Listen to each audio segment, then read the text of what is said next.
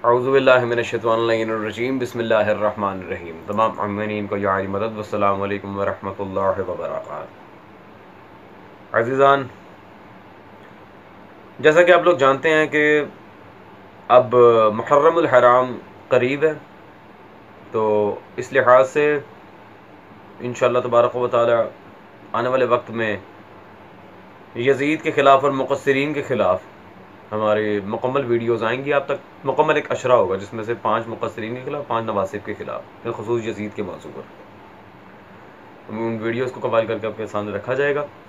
फ़िलहाल जो बहुत ज़्यादा शोर मचाया जाता है अब्दुल्ला इब्न सबा के लिहाज से, क्योंकि हमारे उलमा ने कई बार इस पर जवाबात दिए, हमारी कुतुब मुनाज़रा भरी पड़ी हैं अब्दुल्ला इब्न सबा के रद्द से। बाकायदा उलमा ने इसके रद्द में पूरी पूरी किताबें लिखी हैं, मुहक्किक मुर्तज़ा अस्करी वगैरह।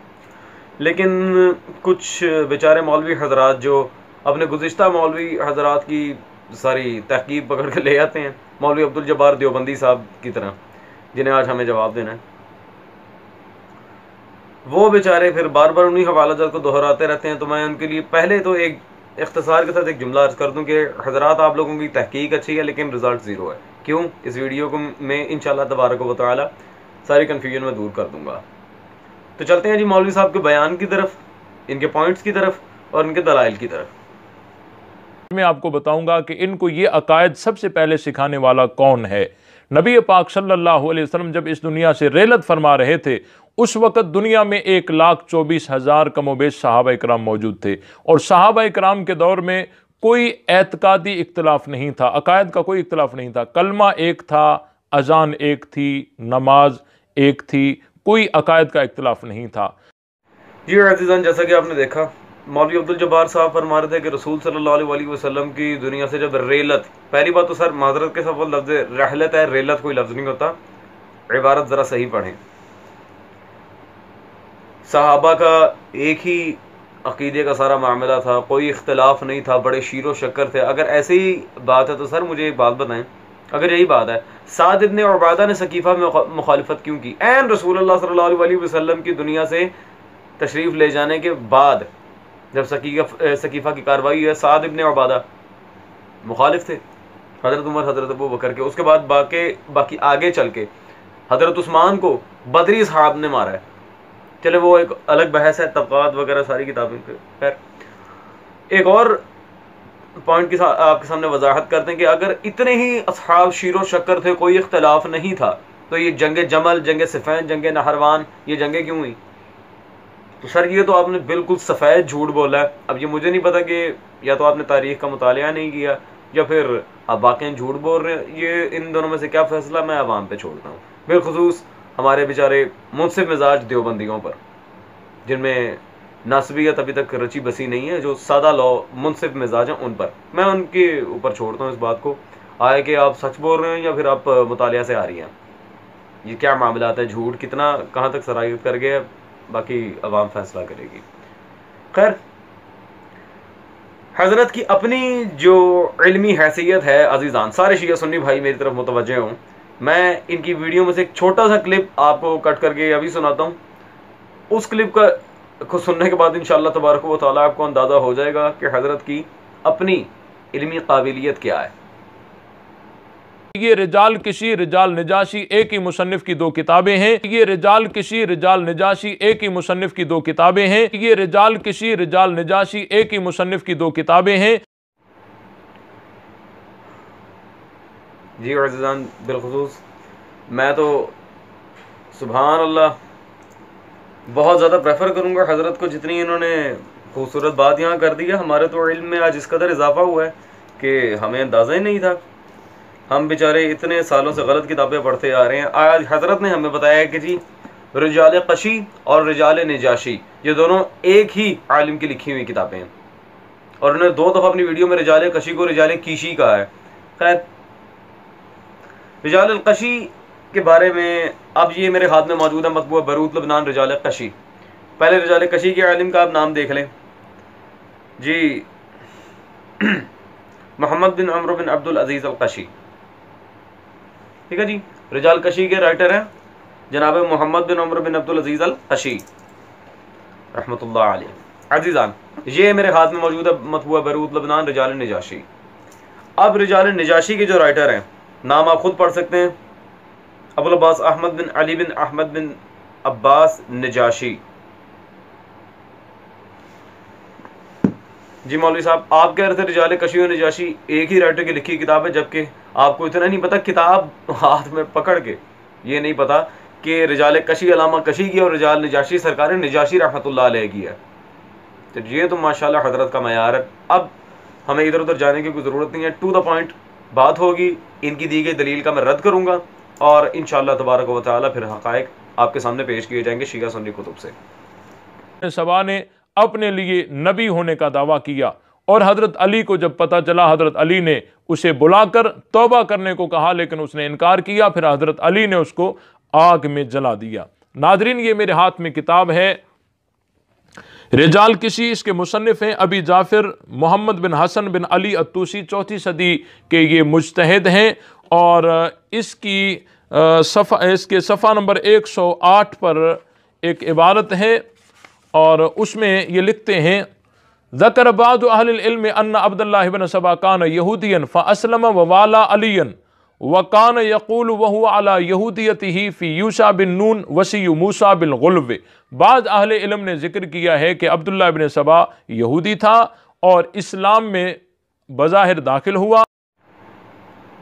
जी अज़ीज़ान, आपने मौलवी अब्दुल जब्बार साहब की दलील देखी और ये देखा कि उन्होंने रिजाल कशी से एक रिवायत पेश की है, लेकिन मज़े की बात तो ये है, जो किताब इन्होंने दिखाई है वो रिजाल कशी सादा नहीं है, बल्कि वो शेख अबू जाफ़र मोहम्मद बिन हसन तूसी रिज़वानुल्लाह ताला अलैह की शरह रिजाल कशी अल इख्तियार मारिफतुर रिजाल। हज़रत, आप जो किताब पेश कर रहे हैं वो सादी रिजाल कशी नहीं, वो रिजाल कशी की शरह है। अच्छा जी, अब हम असली रिजाल कशी आपके सामने रखते हैं अज़ीज़ान। इबारत भी पेश करेंगे, वो जो हजरत ने की थी उस पर हमें जरा भी करनी है, और उसके बाद रुवात के लिहाज से जो सारे मामलात हैं, रावियों को भी देखा जाएगा, जो मासूम की तरफ मंसूब रिवायात हैं अब्दुल्लाह इब्न सबा के लिहाज से, क्या वो सच्ची हैं, फिर सारा मामला इन दिस कॉन्टेक्स्ट क्लियर किया जाएगा। ये मेरे हाथ में मौजूद है अज़ीज़ान मतबूआ बैरूत लबनान रिजाल कशी। रिजाल कशी में सफ़ा नंबर 84 पर अब्दुल्लाह इब्न सबा का रकम नंबर 48 में जिक्र है, और इसमें 2 रिवायात हैं इस कॉन्टेक्स्ट में, दोनों में ही इमाम सादिक की तरफ मंसूब जो रिवायात हैं, इनमें आप अज़ीज़ान मतन इसका स्क्रीन पर देख रहे हैं, साद बिन अब्दुल्ला एक रावी है। अब साद इब्न अब्दुल्ला अज़ीज़ान, इस रावी के बारे में जो रिजाल कशी में जिस रावी से इमाम सादिक तक सनद पहुँचती है इस रिवायत की, इसके बारे में मैं पेश करना चाहूँगा तनक़ीहुल मक़ाल फ़ी इल्मुर रिजाल, अब्दुल्ला इमाम क़ानी की, जिल्द नंबर इसकी 1 है। ये दारुल मुश्तबा ईरान इस्फ़हान से छपी है। सफ़ा नंबर 63 पर साद बिन अब्दुल्ला का जब यहाँ जिक्र आया तो उन्होंने साद बिन अब्दुल्ला के बारे में डायरेक्टली लिखा मजहूल। साद बिन अब्दुल्ला, जिससे अब्दुल्ला इब्न सबा के कॉन्टेक्स्ट में रिवायत आई है, इन सनदों में साद बिन अब्दुल्ला है, और जो रिवायत आई है ये मजहूर रावी है, इसका पता ही नहीं है कौन है।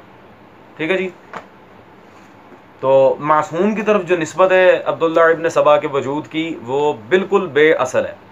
अज़ीज़ान, ये तो क्लियर हो गया आप पर। अब हम दोबारा चलते हैं रिजाल कशी की इबारत पर, और वो जो हज़रत ने पढ़ी थी बाकायदा, उस इबारत को हमें सामने रखना है। ये रिजाल कशी, और इसमें सफ़ा नंबर 85 पर जो यहाँ पर अल्लामा कशी ने जिक्र किया है, बाज़ अहलिल इल्म, ज़करबाद अहलिल इल्म, ये अहलिल इल्म में ये अहले इल्म कौन है, बाज़ अहले इल्म ये कौन है जिनका यहाँ पर जिक्र आया है, ये बाज़ अहले इल्म कौन है हज़रत? क्या ये शिया थे, सुन्नी थे, सिका थे, मुदल्लिस थे, मजहूल थे, ज़ईफ़ थे, कौन थे? पहले आप इन अहले इल्म का सिर्फ हमें नाम बता दें ताकि अल्लामा कशी की इबारत की मुकम्मल यहाँ पे क्लैरिफिकेशन हो जाए कि आया ये मामला क्या है। ठीक है मिस्टर अज़ीज़ान, अब रिजाल कशी में सफ़ा नंबर 84 पे दोबारा हम चलते हैं अब्दुल्लाह इब्न सबा के लिहाज से। अब इस पेज पर हाशिया जो मौजूद है वो किसी छोटी मोटी शख्सियत का नहीं है, वो रिजाल कशी के मुहक्किक अल्लामा सैयद अहमद अल हुसैनी, उनका हाशिया है। हाशिये में अब्दुल्ला इब्न सबा के बारे में अहमद अल हुसैनी साहब ने क्या लिखा, ये आपके सामने वाज़े मौजूद है। हाशिया रिजाल कशी कहते हैं इन्ना हाज़ा रजुल, ये जो शख्स था, लम यकुन लहू वजूदुन, इसका कोई वजूद नहीं था, खारजीन असलन इन्नमा हुवा अस्तूरतुन खयालियतुन। ठीक है जी, ये इसका कोई वजूद नहीं था, ये वहमी ख्याली एक शख्स बना लिया गया है।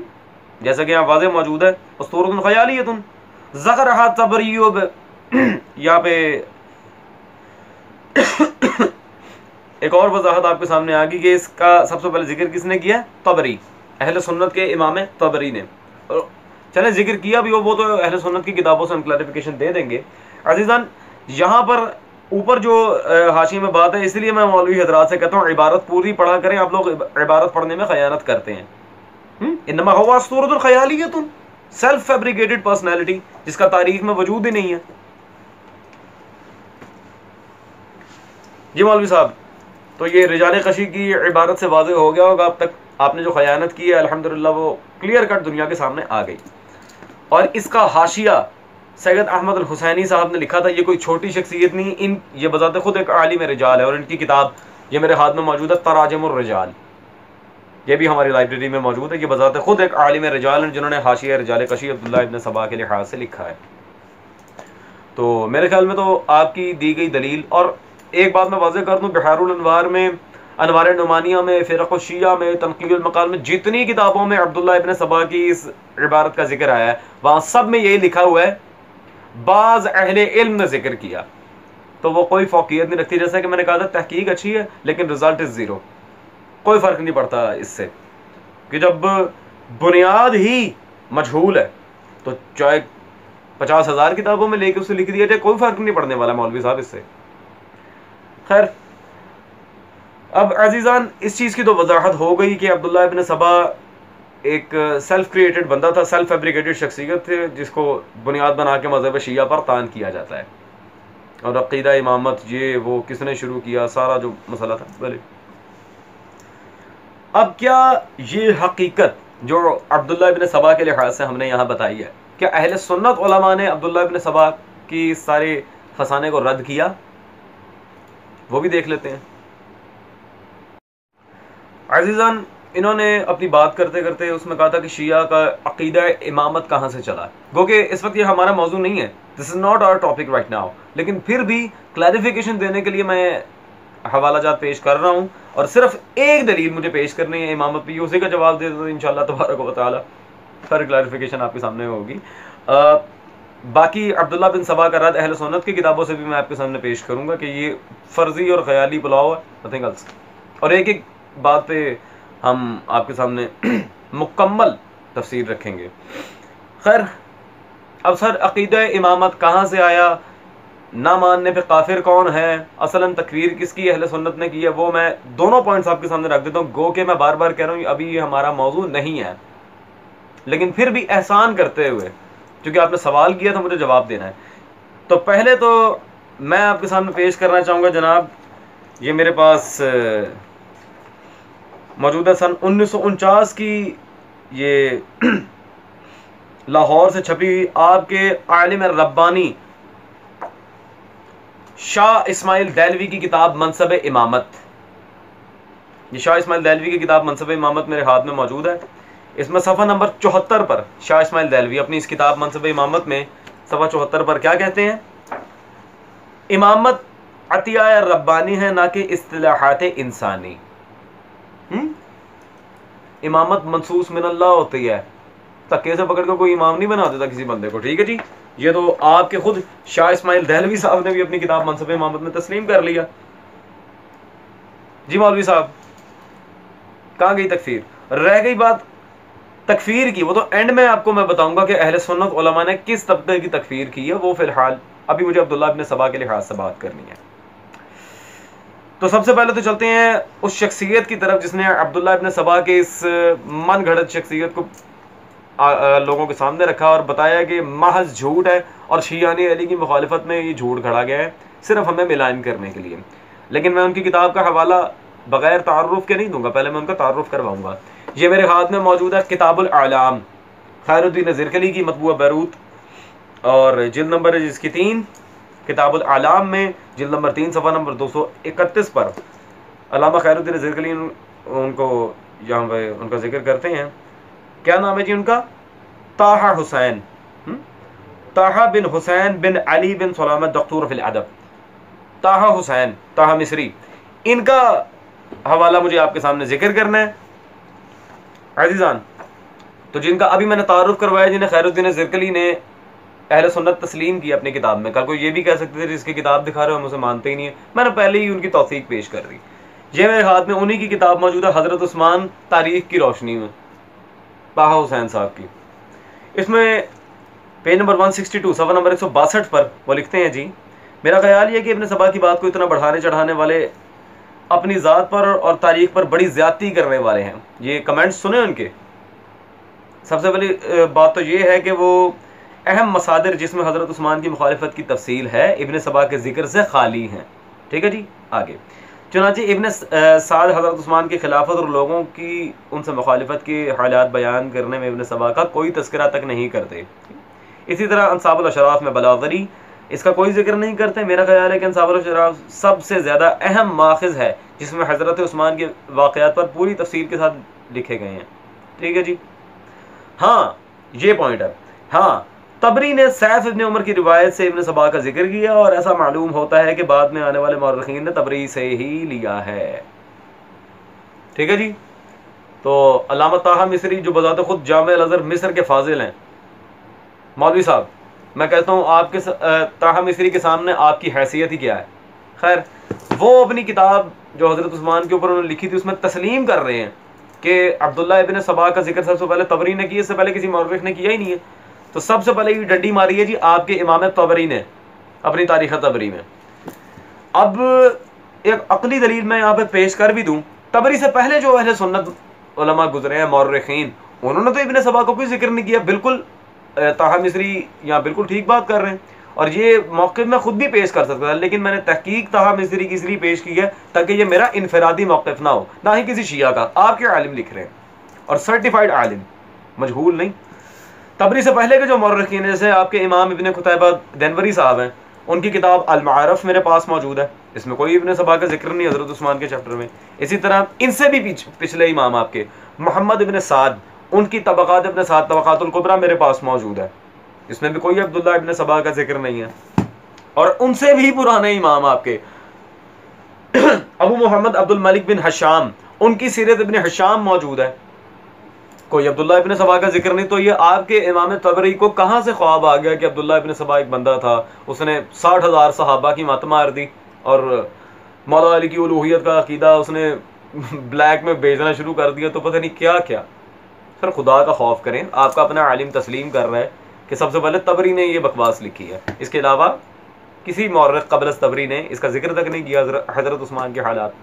नो, अब क्या अब्दुल्ला इब्न सबा, जिस तरह हमने रिजाले कशी पेश की थी कि ये सेल्फ फैब्रिकेटेड शख्स है, क्या अब्दुल्ला इब्न सबा के सेल्फ फैब्रिकेटेड ख़याली पुलाव होने पर अहले सुन्नत उलमा के यहाँ कोई दलील है? किसी अहले सुन्नत ने लिखा कि ये कोई था ही नहीं, बस इसे घड़ लिया गया? जी हाँ, इसी ताहा मिस्री जिसका जिक्र पहले हो चुका है, उन्होंने अपनी किताब हज़रत अली तारीख़ की रोशनी में, मौला अली पर जो किताब लिखी थी उन्होंने तारीख़ और सियासत की रोशनी में, ताहा मिस्री ने इस बात को तस्लीम किया है। सफ़ा नंबर 122 पर लिखते हैं जी, ये नफीस एकेडमी से छपी है। कहते हैं जी, सिफ़ैन के मार्के में सबाइयों के तस्करे से मौरख़ीन की पहलू तही इस बात की तरफ इशारा करती है कि सबाइयों उनके सरदार इब्न सौदा का अफसाना तसना और मन घड़त है, या इब्न सबा इब्न सौदा, यानी कि एक ही बात है। और ये आखिरी दिनों में जब शिया और दूसरे इस्लामी फ़िरक़ों में मारका आरा हुई तो तराशा गया। मुखालिफीन शिया का मकसद था कि इस मज़हब के उसूल में यहूदी अंसर दाखिल कर दें ताकि अल्लाहु अकबर, ये देख लें किस तरह एक एक पॉइंट क्लियर हो रहा है। ख़ासकर बिरादरान अहले सुन्नत से मैं कहूँगा गौर करें। मुखालिफीन शिया का मकसद ये था कि इस मज़हब के उसूल में यहूदी अंसर दाखिल कर दें ताकि चाल गहरी हो जाए और अपने गर्ज़ में कामयाब हों। तो बिलाखिर अहले सुन्नत उलमा ने खुद तस्लीम कर लिया कि ये मन घड़त चीज है, self fabricated, totally fake, not acceptable at all. जी मौलवी अब्दुल जब्बार साहब, अब तो आपको क्लैरिफिकेशन मिल गई ना कि अब्दुल्लाह इब्न सबा, अब्दुल्लाह इब्न सौदा, अब तो इसके तारीख में नाम भी दो मशहूर है माशाल्लाह, क्लैरिफिकेशन ही नहीं है, आपके उलमा ने लिखा। इसके बारे में सारी क्लैरिफिकेशन आपके पास आ चुकी है कि ये कुछ भी नहीं है, सेल्फ क्रिएटेड, सेल्फ फैब्रिकेटेड, कुछ भी नहीं। जहां तक रहेगी तकफीर की बात, अकीदा इमामत पे शाह इस्माइल दहलवी की किताब दिखा चुका हूं, उसने हमारी तायीद की है। अगर तकफीर करनी है शाह इस्माइल दहलवी की कीजिएगा, ठीक है, आपके अकाबरीन में से, आपके और वहाबी दोनों से इमाम मानते हैं। रह गई तकफीर की बात के काफिर कौन है, तो वो तो बताए बगैर मैं जाऊंगा नहीं मौलवी साहब, गलत जगह पंगा लिया। ये आपके किसी शिया की किताब नहीं दिखा रहा, आप ही के घर के अहमद रजा खान साहब की किताब है तमहीद ईमान मा हुस्सामुल हरमैन, दो किताबों का मजमूआ है तमहीद ईमान और हुस्सामुल हरमैन। इसमें सफ़ा नंबर 90 पर देवबंदी और वहाबी मसलक के बारे में अहमद रजा का क्या फतवा है वो आपके सामने रखते हैं। हम कहते हैं जी, बेशक बजाजिया और फतावा खैरिया और मजमुअल अनहर और दुर्र मुख्तार वगैरह मुअतमद कुतुब में ऐसे काफिरों के हक में फरमाया जो इनके कुफ्र व अजाब में शक करे खुद काफिर है। अल्लाहु अकबर। कुफर के फतवे लगाने वाले उलमाए देवबंद से मेरी इतनी गुजारिश है, मौलवी साहब जरा घर में भी झांक के देख लें, कहीं खुद उलमा अहले सुन्नत ने आपके ऊपर तो नहीं ना कुफर के फतवे लगाए हुए। एक सेल्फ फैब्रिकेटेड शख्सियत को ला के मजहब शिया को यहूदियत के दहाने पे खड़ा करके रिजाले कशी की आधी अधूरी इबारत पढ़ के खुद यहूदियों वाले काम आप करें और फिर भी हम यहूदी हैं। सुभान अल्लाह। नेक्स्ट टाइम थोड़ा सा ना कुछ सनद मतन थोड़ा इस पे तहकीक करके आइएगा। तो जैसा कि अज़ीज़ान मैंने स्टार्ट में कहा था, दोबारा कहता हूँ, तहकीक अच्छी है, रिजल्ट ज़ीरो।